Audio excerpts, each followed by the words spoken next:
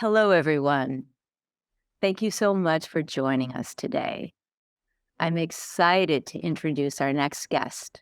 Dr. Jennifer Freed is the best-selling author of Use Your Planets Wisely and A Map to Your Soul, and renowned psychological astrologer and social and emotional education trainer.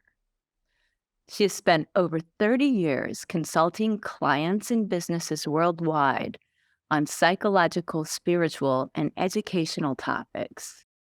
She has served as the clinical director of Pacifica Graduate Institute and is national consultant for EMDR, post-traumatic growth therapies.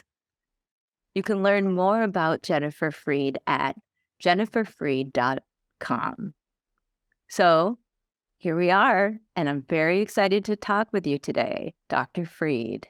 I'm happy to be here. Yeah, I'm so happy to have you here. So now tell us a little bit about your work, if you wouldn't mind. Just tell us a little bit about how you got into doing what you're doing today.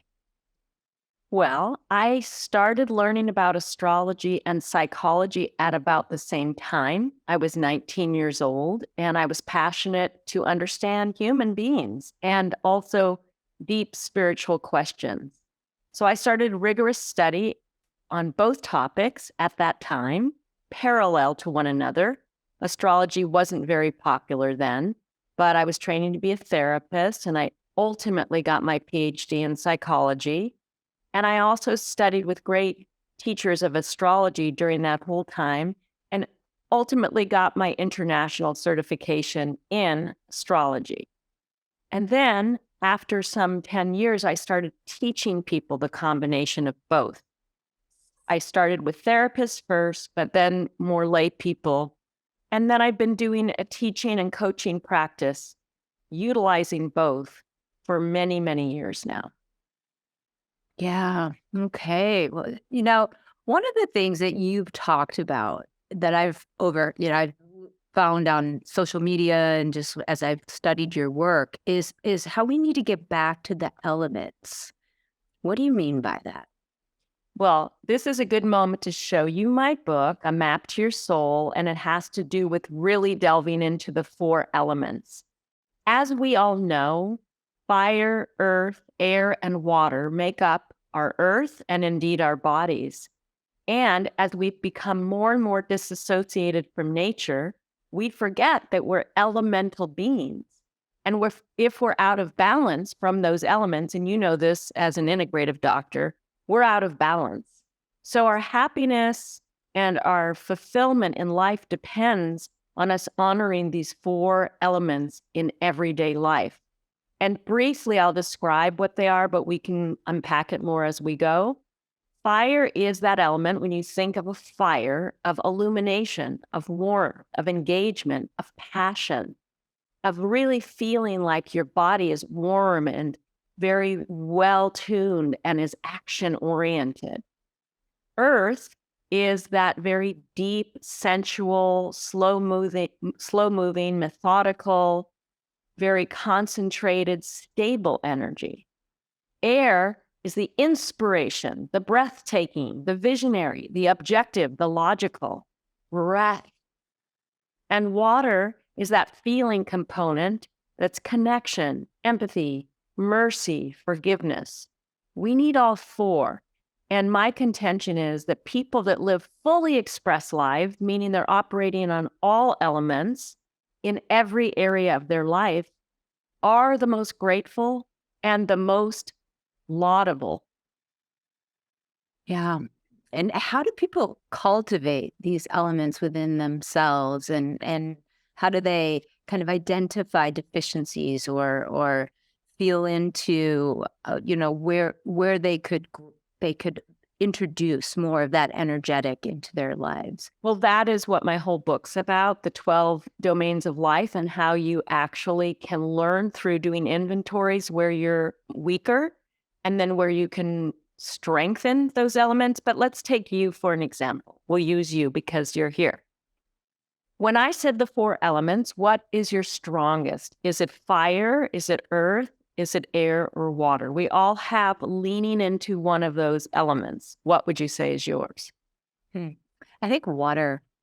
Yes, you seem very connected, feeling, empathetic, etc. What would you say is your least developed in just those four elements? I actually I feel very developed in all of them right now. Well, that's exciting. So let's take you as a child when you were traumatized and more dysfunctional. What would you say was your weakest element? Maybe earth. Okay, great. So let's just say if I was working with you at 18 and you were very empathetic and were very feeling oriented and very relational, but you weren't as stable, you weren't as stewardship, conserving oriented, maybe you weren't as grounded. So we would start talking about what activities do you, Beth, need to actually bring grounding into your life so you can really benefit from feeling anchored and tethered. That is beautiful because when I really paid attention to grounding, my whole life blossomed. It was as if I was able to kind of fully incarnate, fully kind of own this incarnation and manifest in the world. So it changed everything when I paid attention to grounding. And I probably progressively did so from about the age of 21 till, till the present day. Yes. And on the other hand, my weakest was water. I came from a family that was really suppressive on feelings, and the only feeling acceptable was anger. So I was really low on being able to express my vulnerability and my attachment and my sadness. So I spent all those same years learning how to feel, tell people what I'm feeling, look underneath the anger and say where I'm sad. And so, like you, I've learned that and I continue to practice that. It's never something you've got handled, whatever these elements are. So it's a practice. And that's enabled me to have much closer relationships to everyone, that I have this more feeling element, because typically I'm much more fiery and air. Mhm. Beautiful. It's really helpful. And how do you relate all of this to the planets? Like, do the planets in our birth chart have more of one element versus another? Is that kind of usually what determines our strengths and weaknesses? What we call our cosmic DNA is a moment that you were born, a time, a place, and a date. The chart will show you in that moment that you were born where the planets were and what signs they were in. And all of that decodes your elemental makeup.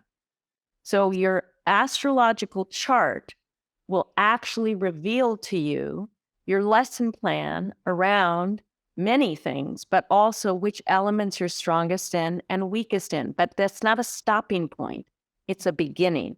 So, for example, the fire signs that we all have in our chart: Aries, Leo, Sagittarius. The earth signs that we all have in our chart: Taurus, Capricorn, Virgo. The air signs: Libra, Gemini, Aquarius. Water: Cancer, Pisces, Scorpio. So what people really don't understand that haven't studied astrology is your sun sign, like you're a Taurus, I'm an Aquarius, is just one little pinky of the whole picture astrologically. When you look at a chart or get a really good reading, you see that there's all these planets in communication with each other in the chart, and they are in different signs or similar signs, but all of that's a very complex and yet readable picture of your psyche and your lesson plan. Yeah.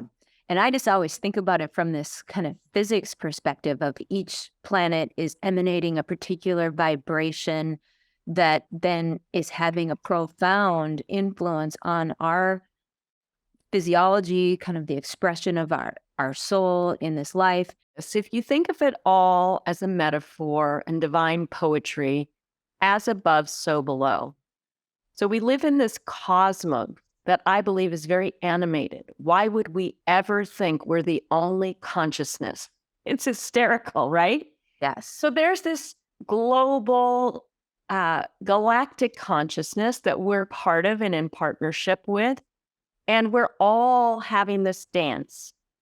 And the chart is this gift from the cosmos that helps, at least in my experience, thousands of people reveal themselves to themselves, awaken to their cosmic potential, what I call their divine possibilities. And how do you relate that to people's dharma, their creative expression, and how do you kind of distinguish the difference between those two things and how are they influenced by the planets? There's a great example. We have free will. We were born with free will. So Charlie Chaplin and Adolf Hitler were born very near to each other. One was the most tyrannical, destructive man ever born, Adolf Hitler. The other played the great dictator in comedy. So again, we have a moral obligation to take this cosmic lesson plan and do the very best we possibly can with it. So this is where I think people cannot use astrology or any spiritual system to do a bypass and say, well, I was just born this way. Not true. In my first book, Use Your Planets Wisely, I talk a lot about the level of application.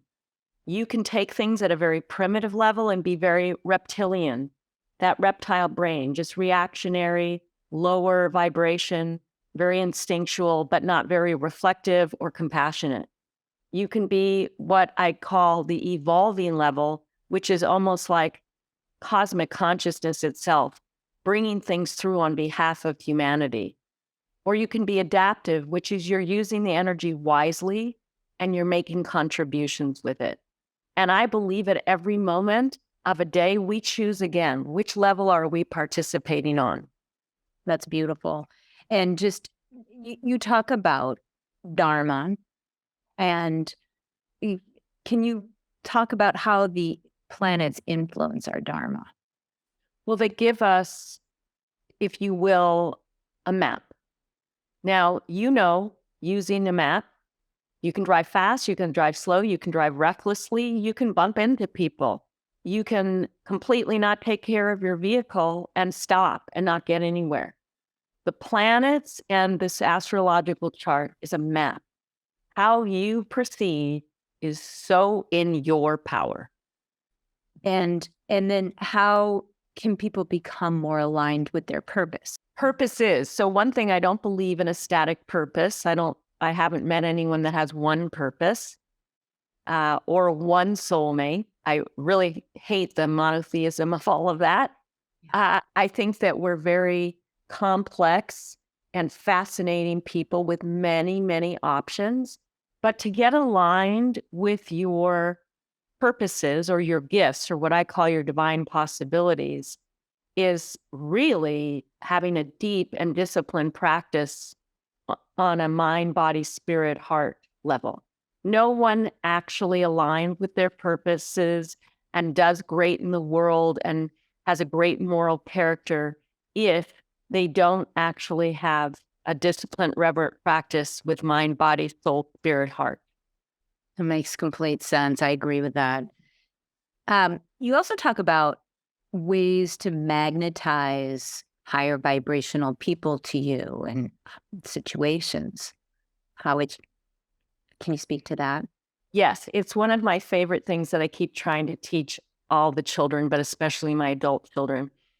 Contribute more than you're trying to capture.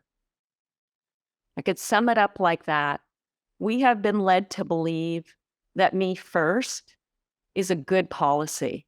It's actually the worst policy to draw people to you.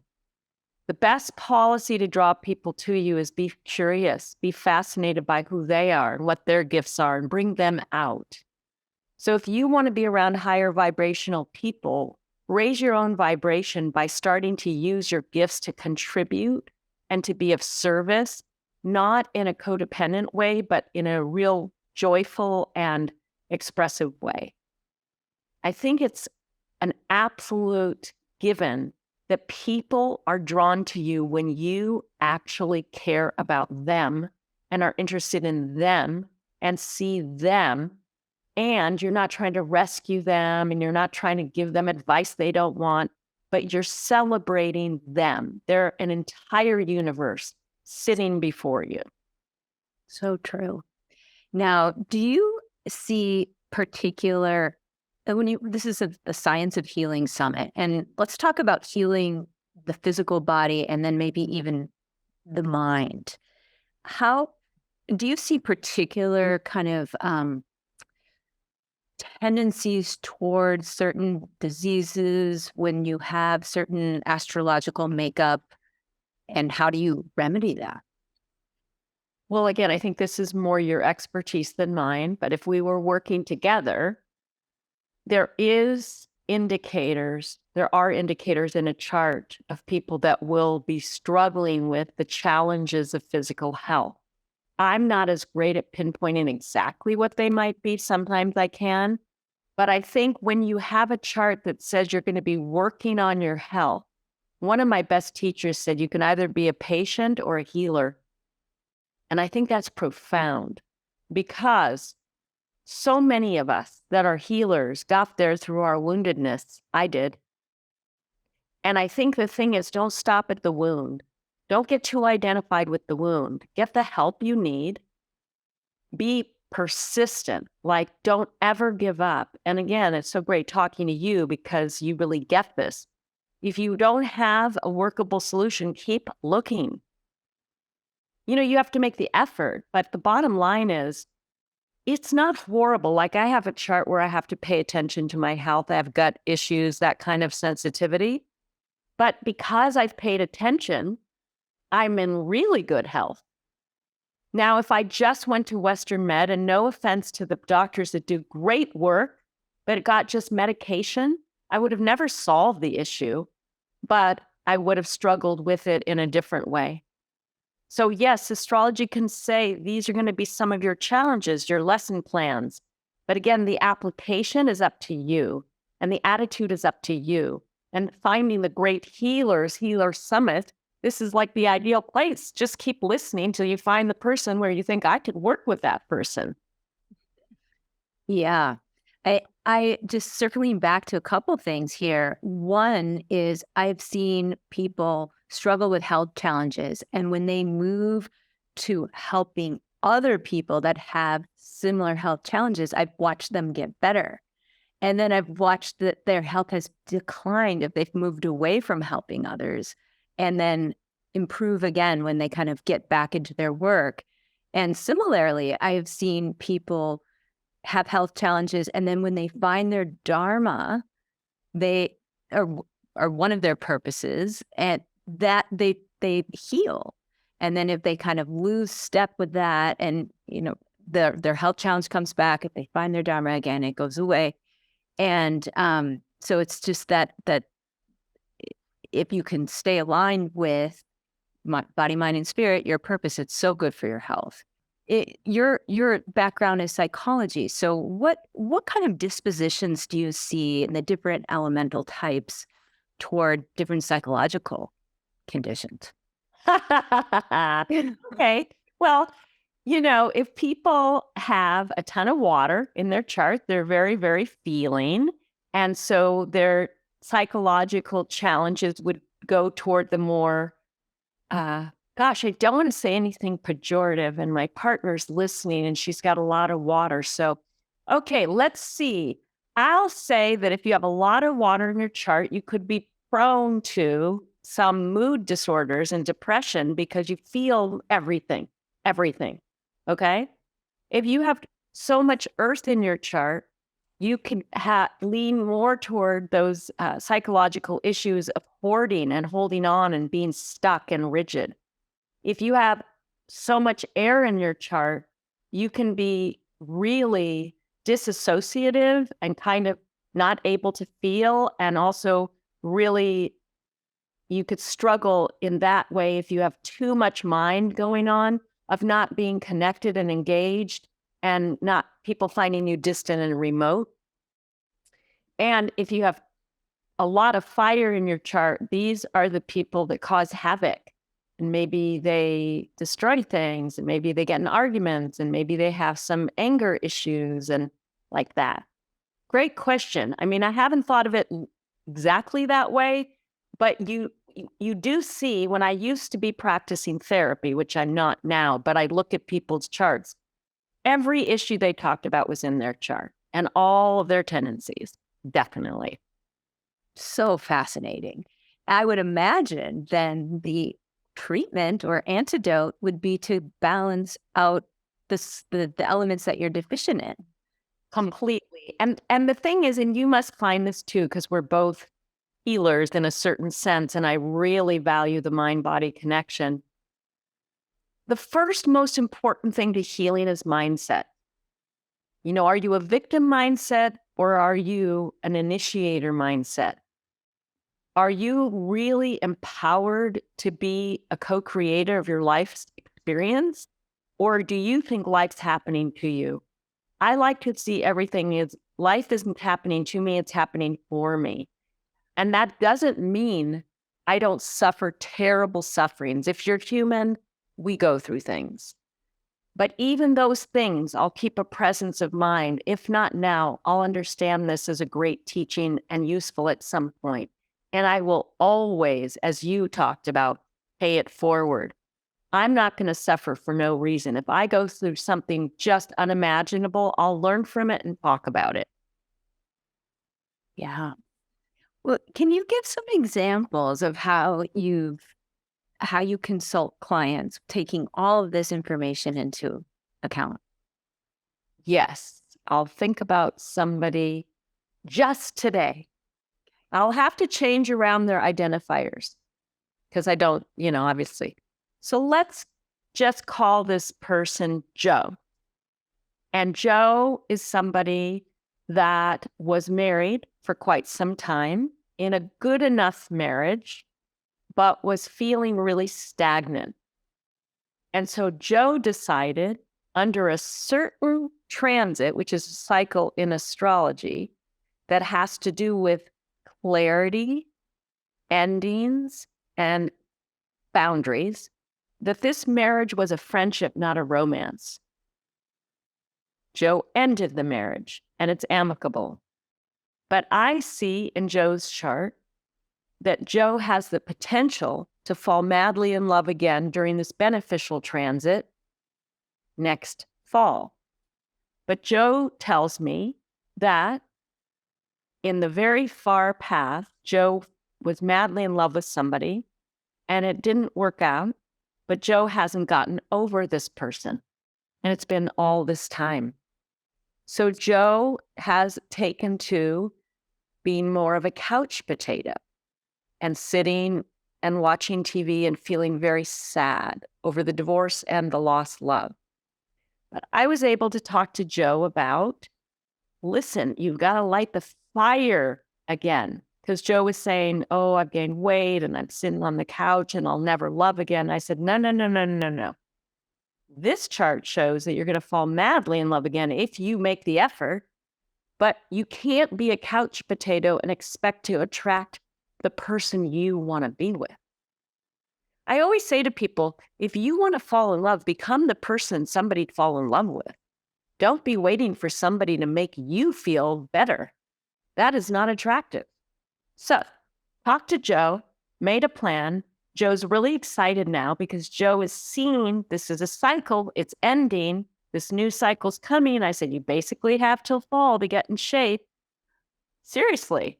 And Joe says, most helpful Joe's felt in years. Because when you're in a very difficult cycle, as Joe's been in, endings, one can think, this is the rest of my life.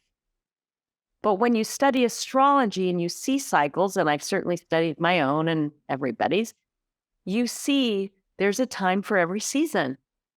The season Joe's in is mourning and letting go. But Joe better get ready for the fall. And now Joe wants to. Amazing. I love this. And this is coming to this is a very basic question about astrology here. So how do you spot that kind of a transition, a transit, a cycle within a chart? First, because this is a Science of Healing Summit, say that please don't think that astrology isn't scientific. It's the oldest living personality theory, thousands of years old, with empirical data. Think about it this way. What other system has lasted this long that's useful to people? Now, the thing about astrology, the question you just asked, is pretty much like getting a medical degree. It's that complicated. I'll try to answer it simply, but it may not make sense. You have a birth chart. That is the detail of your lesson plan. But the planets keep going in their own cycles, and they make, as they move, geometric relationships to the static chart that is your birth chart. And they light up different areas of lesson plans. You have to know the movements of the planets to their exact degrees and the exact sacred geometry to know what lesson plan's being activated. And then as an astrologer, how to communicate that and what is the upside of it. It's incredible. So beautiful. And then how do you apply this type of work to groups? Because I know you've also worked with businesses. Well, my chart is hugely emphasized since I was born, working with groups. So honestly, ever since I've been little, like I was the captain of the volleyball team, I'm always about groups. Groups learn so much because let's say I'm with your organization up north and I'm with the executive team. There is no greater compassion, empathy builder than understanding each other's cosmic DNA. It goes way beyond the persona. Secondly, once you know how somebody operates, their operating instructions, you can work with them much more effectively. People are not conforming. They'll be who they're going to be. But if you have a sense of what is that, then it's like, oh, we talk this way. I ask you to do it this way. I mean, it's helped me beyond belief working with people because, in organizations, we have a nonprofit, but, oh, they've got a Leo moon. They need this kind of praise. Oh, they have a Mercury in Pisces. They need to talk through their feelings before we get to the point. There's just so much data there, you have no idea. So it's fascinating to learn together about one another. So I do a lot of work like that. I can see how that would be so effective. Yeah, and we probably magnetize the people into our sphere that we can kind of work out these lessons. So I'm sure there's kind of reciprocal attraction because of these kind of reciprocal lessons that we have. You're so intuitive. The whole deal is like this. We're constantly sourcing people that have strengths in elements we don't have, constantly. And we do it either positively or unskillfully. So for example, when I hadn't worked on my water element, I kept bringing in really needy, dependent, clingy, whiny people. And I was like, oh, I'm repulsed. But once I started realizing I was clingy, needy, and dependent, and I could own it as a good thing, I don't have those people in my life. The lesson is kind of not the same way anymore. Well, I love your work. I absolutely love it. And I see where this ancient science has absolute modern application and really should be accessed more for full healing. And so thank you so much for the work you're doing. What's the most important take home everything you've just talked about for our audience that's related to health and healing? Well, I think you would agree with this because we're both so passionate about our work. One, if you haven't found your passions, keep looking, never stop. You're not meant to feel dull or stuck. Two, if you don't feel a kind of full expression in your life, definitely read my book, but do anything and everything to light back up your curiosity about you and life. If you have a place in you that feels despairing and hopeless and helpless, you just need more help. We were never meant to do this alone. We were all incarnated on a planet of humans and animals and plants and etc. And I firmly believe we're in this cosmic dance to enhance each other and not to be shut away on machines looking at, static photos. We're here to really connect. So if you're having trouble with that, you just need more help. I encourage everyone to tune in to Dr. Jennifer Freed. I've been following her on Instagram, and I love you're out on the mountain on your hikes and giving us kind of your astrological blueprint for the day and for the month or whatever. I love it. So thank you so much for the work you're doing and for joining us today. Thank you. And thank you everyone for tuning in.